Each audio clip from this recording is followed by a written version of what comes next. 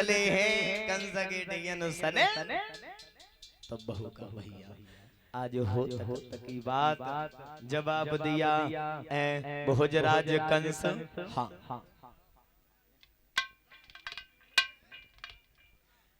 मेरे भगवत श्रोताओं, आज जैसे कंस के पास में आए जवाब दिया, हुए कंस क्यों तुम चिंता में पड़े हो महाराज? हाँ हमारा काल नहीं मर रहा है, मैं मरने से बहुत डरता हूँ। अरे दो छपरियां कमल के फूल हमने जो बताए थे काली जैसे वो आ गए। अरे बाबा जी वो आ गए, फूल आ गए, बोन नहीं मरे। तुम्हारा काल नहीं मरा? नहीं मरा महाराज। हाँ अब तो बहुत संकट की बात आ गई। संकट की बात है ये महाराज। पर चिंता मत करो, हम पर एक उपाय और है, एक उपाय और लेके तुम्हारे पास हमें आए। हमें पता थी तुम चिंता में हुए हो, केवल बड़े सोच में बैठे हुए हो, पर बात जय है मेरे एक काम करना पड़े है। बाबा जी हाँ तुम हमें सही मार्ग बताते हो, इसलिए हम तुम्हें जिंदा छोड़े। हाँ तुम जैसे महात्मा पता न जेल में कितने भरवाए थे। हाँ ये तो बात है, क्योंकि मुझे छोड़े किस लिए, मैं तुम्हारा भला सोचता हूँ, कितनी जल्दी तुम्हारो भलोइया है। एक बात और है, सुनो मेरी बात, तुम्हारे पास में जो धनुष है ना, धनुष है,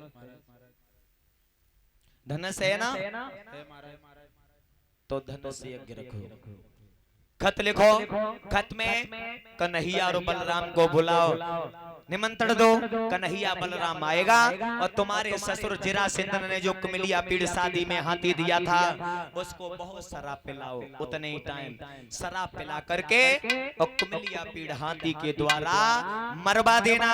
कुमिलिया पीड़ हाथी के द्वारा अगर नहीं मरे तो तुम्हारे पास में दो पहलवान हैं, पहलवान के द्वारा मरवा देना। जवाब दो, जब तुमने बात मम्मी के संबोधने की गई। खत लिखा, खत लिखने के बाद में जवाब दिया, लेके कौन जाएगा? जवाब दिया कन्हैया के जो चाचा हैं अक्रूर, उनके द्वारा भिजवाओ। अक्रूर को खत दिया, अक्रूर ने रास्ते में खत खोल के जैसे ही पढ़ा है तो अक्रूर रोने लगे। जवाब दिया, प्रभु मुझे क्षमा कर देना, मैं तो अब तक जीवित रहा तो केवल आपके दर्शन करने के लिए, न अब तो मैं कब के मर गए होते, पर फिर भी आपके दर्शन पहली बार करने आ रहे हैं, और वो भी इस हाल में एक दुखद सूचना लेकर के आ रहे हैं। हो सके प्रभु माफ कर देना, क्योंकि इस पापी के राज्य में इस कंस ने कहा है ये आम नहीं बमूल है, तो बमूल हांजू हांजू करते करते मेरी जीभ घिस गई।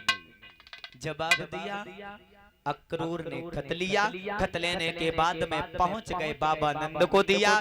कन्हैया ने जैसे ही खत खोल के पढ़ा, जवाब दिया मैं सुबह जरूर आऊंगा। इधर मैया रोहिणी को जैसे ये ज्ञात हुआ, कन्हैया सुबह अपने मामा कंस के यहाँ जा रहे हैं और कंस कन्हैया को मार देंगे। रात ही रात में वो मैया रोहिणी बलराम के पास में पहुंची। जवाब दिया,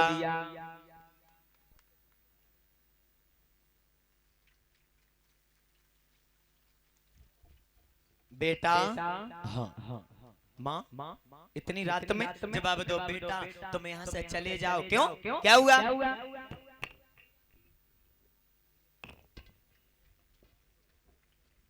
जवाब दिया, बेटा सुबह जो कन्हैया है ना, कन्हैया अपने मामा के यहाँ जा रहा है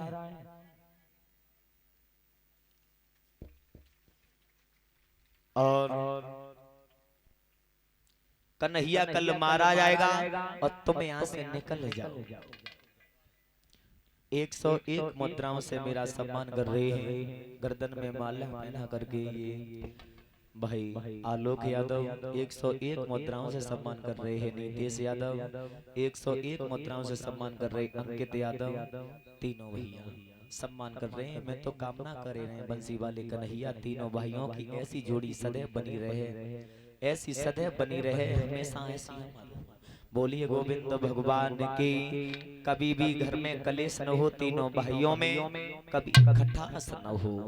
बोलिए श्रीमद् भागवत महापुराण की। 11 मुद्राओं से सभी साथियों का सम्मान कर रहे हैं और ये स्वामी राजगिरी महाराज जी का भी सम्मान कर रहे हैं।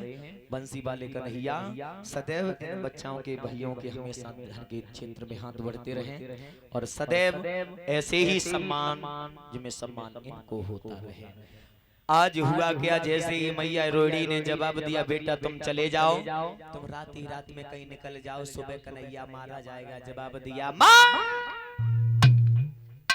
तुम्हें पता नहीं है हम में और बलराम भैया में ताकत कितनी है। माँ सुन मेरी बात। ऐलानी